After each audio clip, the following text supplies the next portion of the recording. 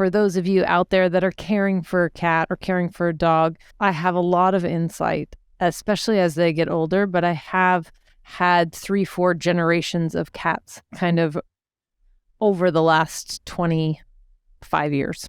Small habits, big changes. Let's dive in. Hey, welcome to today's episode. I didn't plan this entirely, but I have a special guest that's just going to pop in here for a minute. This is Smudge. He is 20 years old this month. Take a good look in these baby blue eyes. If you're listening on Apple or Spotify, you'll want to bounce over to YouTube and check this out. Oh, he likes a microphone. Isn't he gorgeous?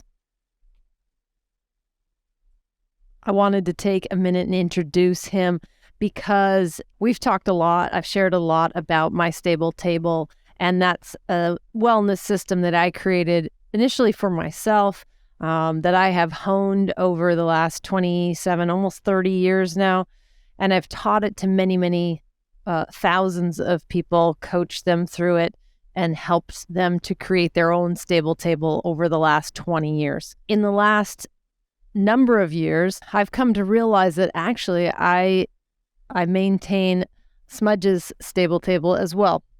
So if you're a pet lover or you have a cat, you have a dog, it applies to the bearded dragons and goldfish and guinea pigs as well, chinchillas, a pancake. But dogs and cats, just because they are, I guess, more of they're in our daily environment. If you're on a farm, certainly, cows and horses and pigs and chickens and stuff have the same thing. But maintaining our loved ones' stable tables, especially the ones that that are dependent on us, so not just our children, but obviously our fur babies as well, is a great way to maintain a real balance between that care for another and maintaining his level of hydration, making sure he's moving each and every day. And if not, I'm kind of stimulating that movement, making sure he's eating well, and then that his sleep is not disrupted and that he's getting the best quality sleep he can. That's basically maintaining his stable table. So I'm well versed in this, having done it myself for so long. And the truth is, I've done it side by side with him. I've tracked since basically he was born. He has been with me nearly 2 decades. And I was talking to a client the other day, and I said to her, I mentioned something about Smudge and that he was going to turn 20. He and his brother will turn 12. They have the same birthday in a couple weeks here. I said something to her. I said, yeah, he's going to be 20. She goes, wow, that's a long time. And I said, well, how long have you been with your husband? And she said, 20 years. I said, well, then there you go, right?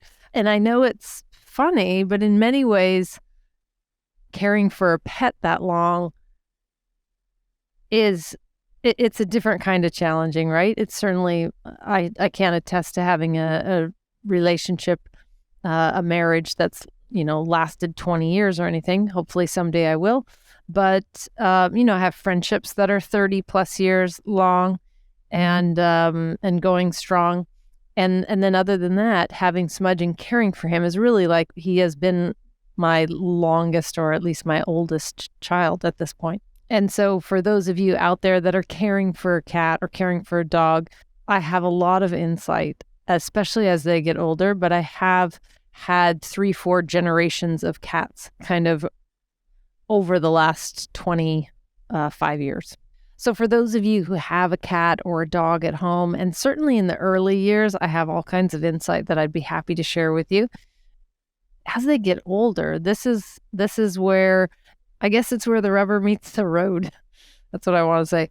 It's like having a child when you first have them, and that they're, running around tearing up everything. It's like having a toddler when they're kittens, right? They're flying off the walls, the puppies, they're chewing on everything. They're running around, just ruining some of your favorite possessions. And then as they get older, they become more like well, more like teenagers a little bit, and they're defiant, and they're not really into household agreements or anything like that.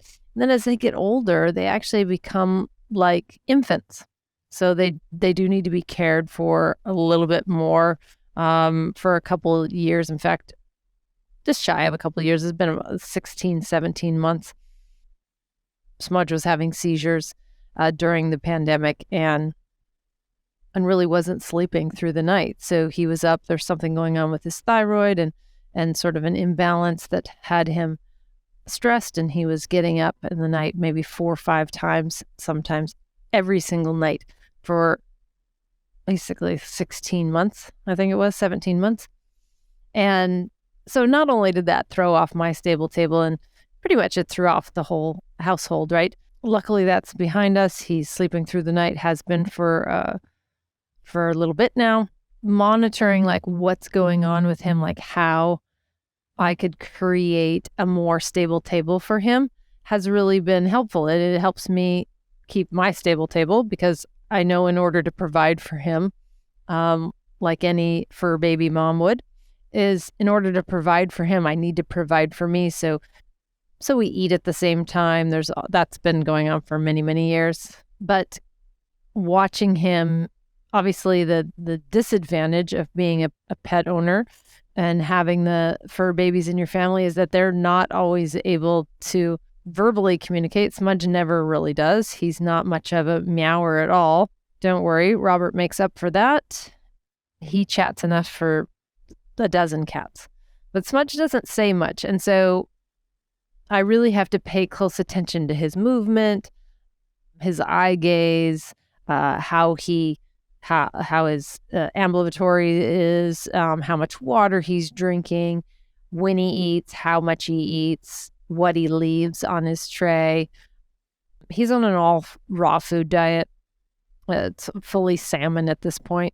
But for most of his life, it was chicken. Then it went to a chicken and a salmon. We've experimented with a couple other things, but not much has stuck. All the salmon has stuck, and that's what he loves the most. And I figure in these golden years, he deserves the best.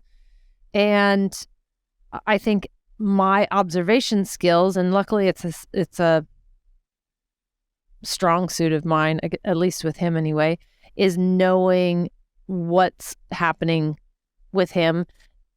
I don't know if he's in pain per se. Cats are really particularly good at masking that, but I can tell when he's going to the bathroom with ease, when he's, digested his food and he's feeling satiated, taking a good long nap. I have I have a surveillance system essentially in my place, so I can watch and see when I'm away from the house if he's alert, if he's anxious or restless is more how I deem it. If he's actually just conked out, that's a great sign. He's eaten well and he's not bothered at all that I'm away.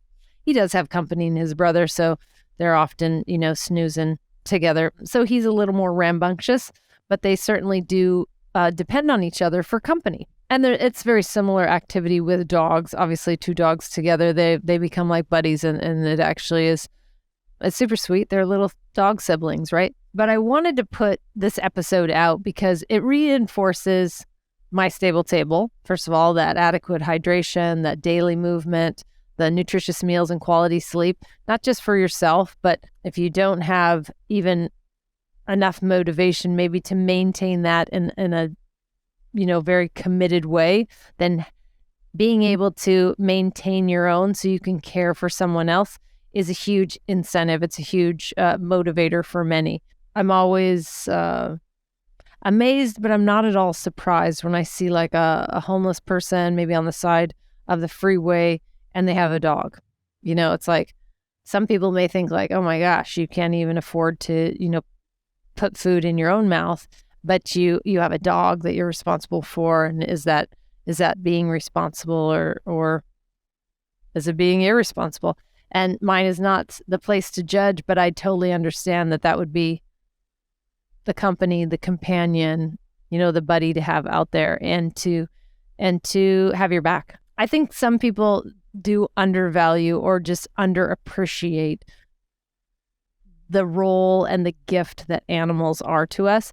And then there's plenty of people that are on the over appreciation. And I don't know that you really can value animals too much. I think that there's so much to learn from them, whether domesticated or wild. It's amazing to embrace that those species into our everyday life and into our routines. And I feel really blessed to have had like 2 decades of relatively healthy and very prosperous and adventuresome years, with this guy. Like, to have 20 years, he has been with me nearly what I consider almost my entire adult life. And yep, talk about intuition. As I start to feel emotional about Smudge, Robert comes in to chime in and say, hey, you still got me. Yeah, I know. Those are different kinds of tears. But I do want to share, just maybe a framework for someone who is thinking about getting a cat or a dog or a kitten or a puppy, even more of a commitment, obviously, that really think it through, because it is a massive responsibility. And it's tragic how many people surrender their pet, what I consider prematurely, and or have them put down because they don't know what's going on with them, or they've brought them to a veterinarian who's, also influenced and incentivized big pharma there to push medications. I have managed to have Smudge on no medication, no medications for either one of them, with a lot of research and a lot of self-study and a lot of forums, a lot of asking questions, a lot of getting to a good, sensible decision without necessarily a veterinarian. During the pandemic, that wasn't much of an option. Nobody was doing house visits, and I've always had a mobile vet, which I think is a huge benefit. If you're going to adopt or pick up a cat or a dog, you have to be prepared to give them a quality of life, in my opinion. Now, he's always been on raw food diet. Robert's always been on a raw food diet. That wasn't always the case. I had a cat previous to Smudge, and he ate a Zipper. He ate a dry food. So I didn't know any better when I was in my 20s when I got him. He was killed at a young age, actually, by a coyote. And that tragic loss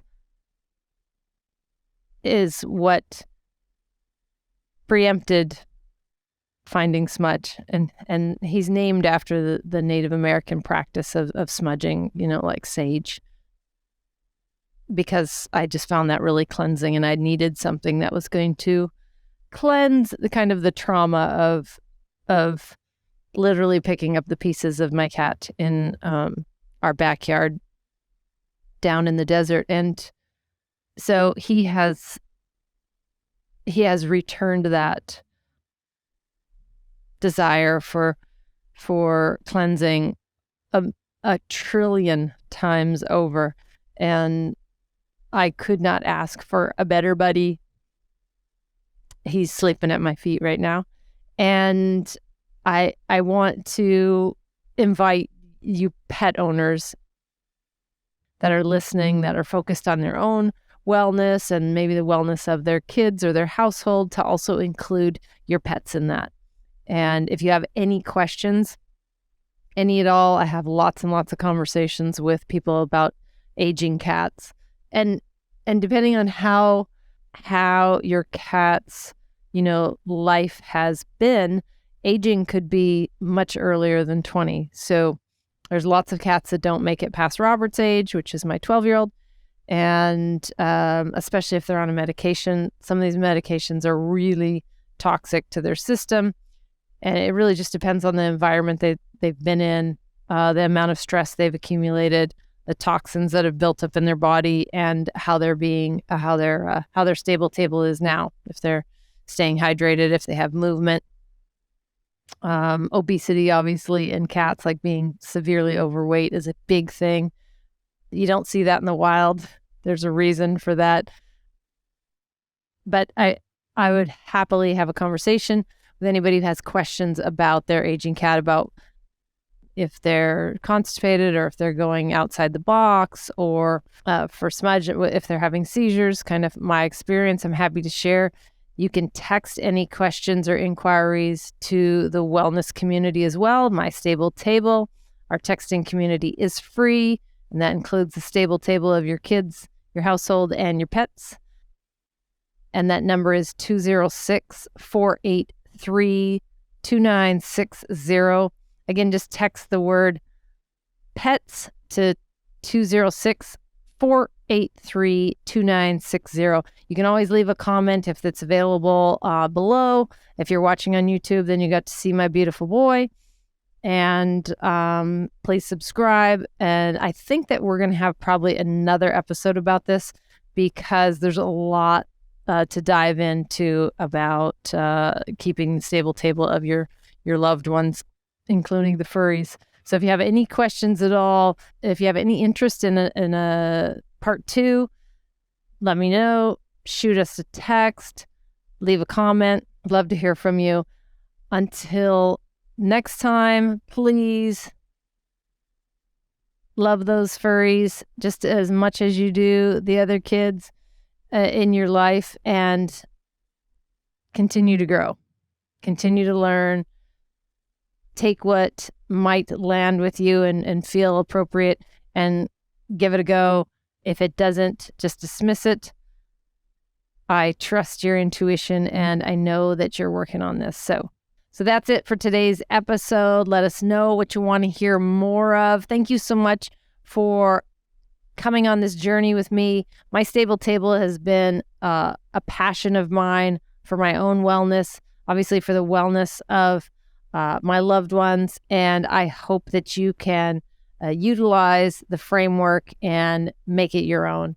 Until next time, keep growing, stay awesome.